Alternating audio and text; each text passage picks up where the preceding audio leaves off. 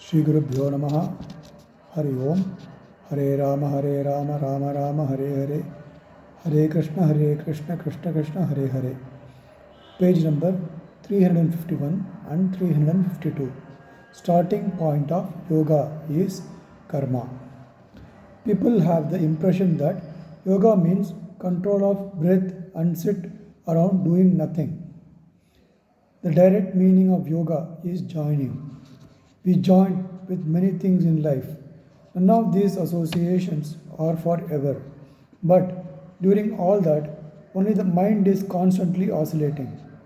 Instead, if we join permanently with one only real thing, without and within, leaving no trace of separateness, and the oscillation of the mind ceases. That is the real yoga. For all our minds, the source and origin is Paramatma or God.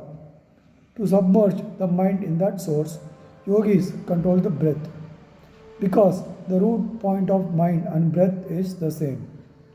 So, when the breath reaches the source and subsides, mind is also subsides there. This last word there is slightly as a misnomer because that source is not bounded by a space and time. The opposite of yoga is viyoga. To leave or separate is viyoga. When someone dies, we say that our dega viyogam agivittar, meaning that the life is separated from the body. Bhagavan Sri Krishna says in Gita that yoga is also a type of viyoga. If you leave one thing, that itself is yoga. What is that one thing? That one thing is sadness.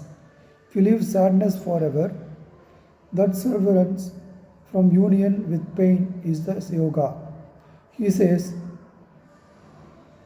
Tat Tvam Videyat Dukkha Samyoga Vyogam Yoga Samhitam. All the worldly pleasures and happiness is sadness only. As long as you are apart from God, you are not part of God, and sadness is the result. Because the mind is all of the time running hither and thither, we experience happiness and sadness. But as we and when the mind is static, the experiences also stand still. One pointed ekagrata or concentration is what we have to practice and perfect.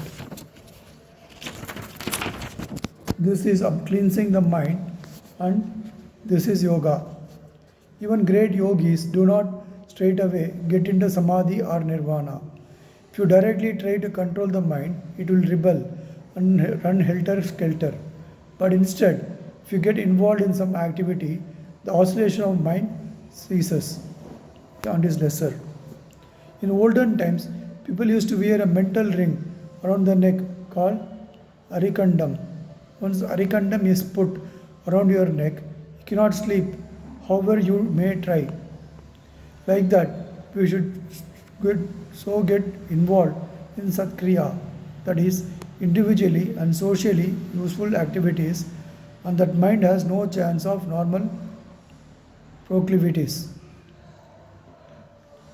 When we get involved with many niyamas, that is, rules, regulations, with dietary and behavioral controls, to conduct elaborate yagas, or to construct huge temples, dig wells, or make ponds, the purpose of such involvement does not finish after that particular task is completed.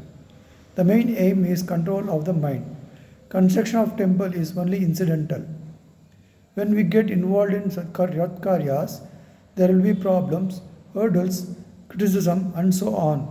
You have to carry on, brushing aside pinpricks, because the aim is not to win the hearts and minds of others, but to win over one's own heart and mind. Then you can go on to pranayama and dhyana. Like one non-stick coating of utensils in the modern day kitchens, we should not let any worldly dichotomy of good and bad, happiness and sadness, likes and dislikes, love and hate stick to us, but inexorably progress towards undivine source. That joining with source is yoga. That is our starting point, and that is also the end point. In between, we are so unintentionally changed, and that we can neither recognize ourselves or Him. To go back to God, we have to start with karma or action, such action as that which will not bind us further but enable us to rejoin Him. Sri Gurubhyo Namaha Hari Om Rama Rama Rama Rama Rama Rama Rama